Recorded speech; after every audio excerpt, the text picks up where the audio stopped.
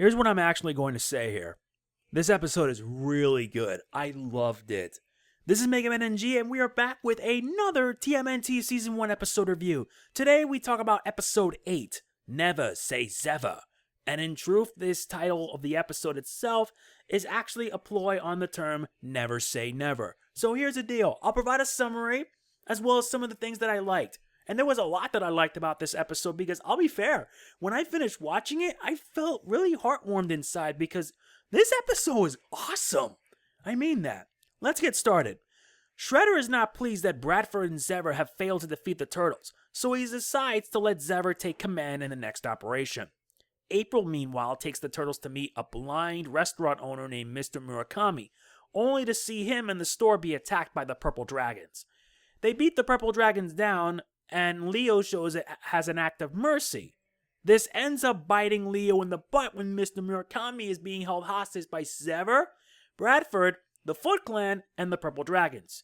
Realizing a mistake he made, it's up to Leo and the Turtles to stop them and save Murakami before he suffers a terrible fate. Last episode, it was about Donatello. This week is about Leonardo, and it's a Leo-focused episode, and it's a very, very good one. This episode also teaches the value of honor and that showing mercy is true strength, which leads me to one of the faults that I had with the episode. You want to know what one of the faults was? Raphael. I will explain that in a bit. For starters, Bradford and Xever return, and you can clearly show that these two do not get along at all. They truthfully do not, but they have to work together because they are employed under the Shredder. You can pretty much know that once next episode comes, things are going to take a rather unexpected turn. But yeah, I felt that Xever was more of the bigger threat than Bradford. Bradford pretty much ended up becoming a hostage most of all, and he ends up becoming a threat near the end. But Xever was kind of dangerous. He really was. This episode also marks the first appearance of the Purple Dragons, and after seeing the 2003 series where the Purple Dragons were actually very threatening, this one is a joke. These Purple Dragons I can't take seriously. They do work for the Shredder, yes, but they're just not that interesting. And if you're wondering about Hun, he does not appear in this episode. In fact, the only way Hun makes his appearance is in Season 3. Hun in Season 3 makes his appearance, and about that, when I get to that, trust me, I'll provide my thoughts on it. But like I said, the Purple Dragons aren't that menacing in this series. They end up getting beat by the Turtles, and we can pretty much guess they'll end up beat by the Turtles down the line later on in the show. But yeah, aside from that, they're not that interesting compared to the 2003 series. In the 2003 series, they were a force to be reckoned with, especially when they were led by Hun, who was muscle-bound and Shredder's right-hand man. What I really liked about the episode is that Leo may be a leader, it is centered on him, but he knows when enough's enough, and it shows. In one scene during the fight when they first fought the Purple Dragons, he showed an act of mercy towards one of the members, and then allowed him to retreat. Sure, it did bite him in the butt, but at the same time, it actually did help the Turtles at the end of the fight, like with the big bad fight scene that went down in the end. One of the Purple Dragons handed Leo his sword, which gave him a chance to fight back. And that was more than enough. And it really does show that mercy does bring out true strength. And I really liked it a lot. The episode was just great. I really love the action. Mikey's still on point with the humor. Favorite moments for me was that in one scene when Mikey wanted to discuss about getting a tattoo, you see his face shift from the 2012 self to his 80s self. And that made me chuckle a little bit.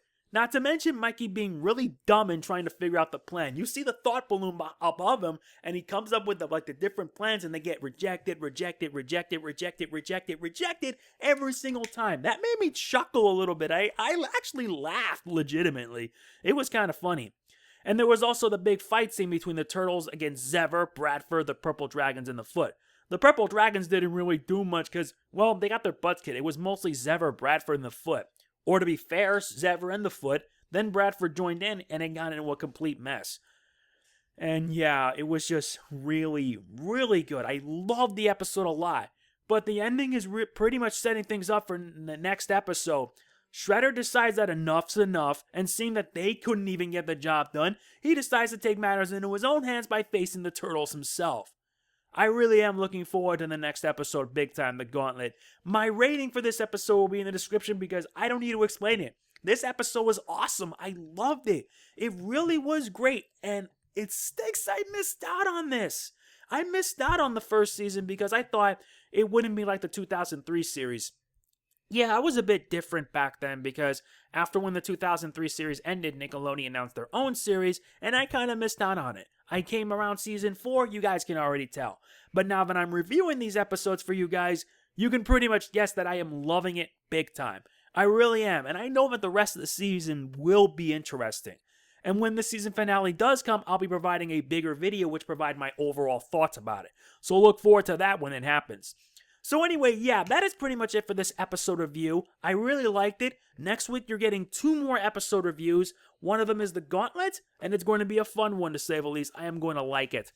As always, if you enjoyed this video, please be sure to hit the like button. It really does mean a lot to me. If you are subscribed to my channel, please be sure to click on the bell and have it be set to all notifications so that way you will know when I'll upload, and that way you won't miss out on my reviews or my gaming content. And yeah, I look forward to hearing your feedback in the comments. If you've seen the episode, tell me what you think. I look forward to hearing from you guys. And if you want to be mega awesome, please be sure to support me on Patreon. It really does help me big time. And plus, I do care for all of you guys. I really mean it. So yeah, this is Mega Man NJ signing off. Peace out. See you next week for 2 more reviews. Booyakasha!